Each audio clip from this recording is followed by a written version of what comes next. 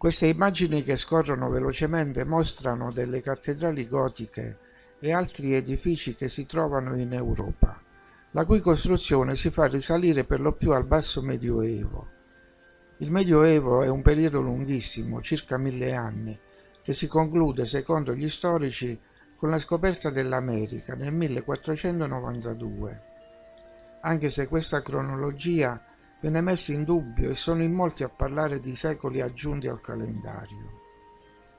Comunque sia, prendendo come riferimento la data della scoperta dell'America, si dice che sia stato solo dopo questa data che nel Nuovo Mondo si sia iniziato a costruire le cattedrali di imitazione, dette neogotiche, e di altri edifici simili a quelli europei. Ma le cose sono andate davvero così? Quando sono stati realmente costruiti gli edifici in America? Dopo la colonizzazione o prima? Le cattedrali sono simili, quindi si può pensare che siano frutto della stessa stagione, e in questo caso avremmo uno sviluppo contemporaneo dello stesso periodo storico, che viene chiamato, come già detto, Medioevo, sia in Europa che in America.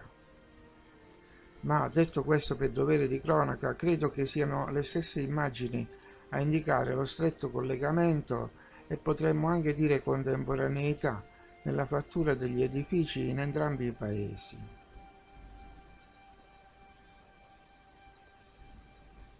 A guardare queste immagini si prova un senso di disagio, non solo perché siamo stati presi in giro, ma perché nessuno ha mai messo in discussione la versione ufficiale sulla costruzione di questi edifici, sulla loro quantità o le località in cui si trovano, che noi associamo nel nostro immaginario a luoghi selvaggi popolati solo da nativi. Eppure in America ci sono centinaia di migliaia di architetti.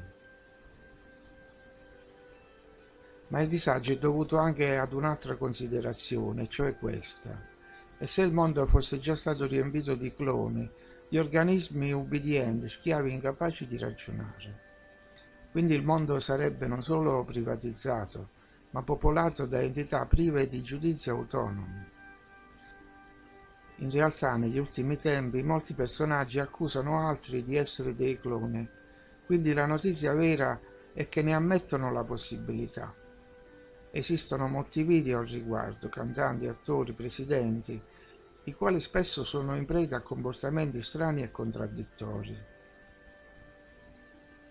Politici che ieri erano contro l'Europa e ora pendono da ogni decisione presa a Bruxelles.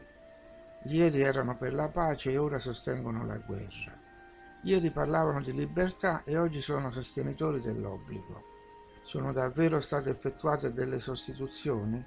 Se questa ipotesi può apparire molto azzardata, allora ce ne sarebbe anche un'altra, cioè che quando la gente comincia a capire troppe cose, avviene una rimozione e una sostituzione.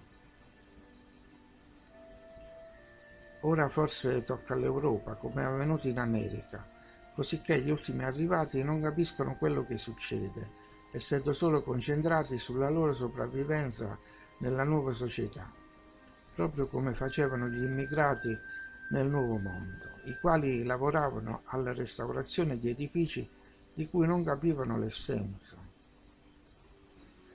Insomma, sembra ormai abbastanza chiaro che quasi tutte le città storiche, fra virgolette, sia in Europa che in America, con le loro cattedrali, i loro monumenti, non abbiano nulla a che vedere con la nostra concezione della vita, che noi chiamiamo moderna. Appartengono tutte ad altri esperimenti. Le persone moderne sono state piazzate al posto dei precedenti abitanti, la cui fine è incerta. Forse sono stati spostati in altri luoghi o sono stati annullati. Ne consegue anche che la nostra umanità moderna non avrebbe più che qualche centinaio di anni. Alcune razze, quelle che sono state introdotte prima, ereditano le proprietà ed eseguono una funzione di controllo. Ora siamo in pieno fermento e probabilmente l'aspetto bianco sarà cancellato in favore di altre ibridazioni. Noi siamo proprietà degli dei, i quali forse ci usano per i loro scopi, che comprendono una vasta gamma di utilizzo, schiavi, animali da compagnia, base per ulteriori incroci. Mi rendo conto che tutto sembra molto complicato e misterioso, per cui chi ha risposte migliori le dica. Risposte però che non siano come quella nella storia che racconti in chiusura. Una volta un riccone americano, proprietario di un castello, fu intervistato da una giornalista che lavorava per una rivista di arredamento. Alla giornalista che gli chiedeva come fosse riuscito a costruire un castello medievale nel Maryland, il proprietario rispose che il castello lo aveva comprato in Scozia, lo aveva fatto imballare dopo aver fatto numerare i blocchi e poi lo avevano ricostruito nel suo giardino. E immagino che tutti i lettori ci abbiano creduto. Forse non si tratta solo di Medioevo americano, ma di eterno Medioevo.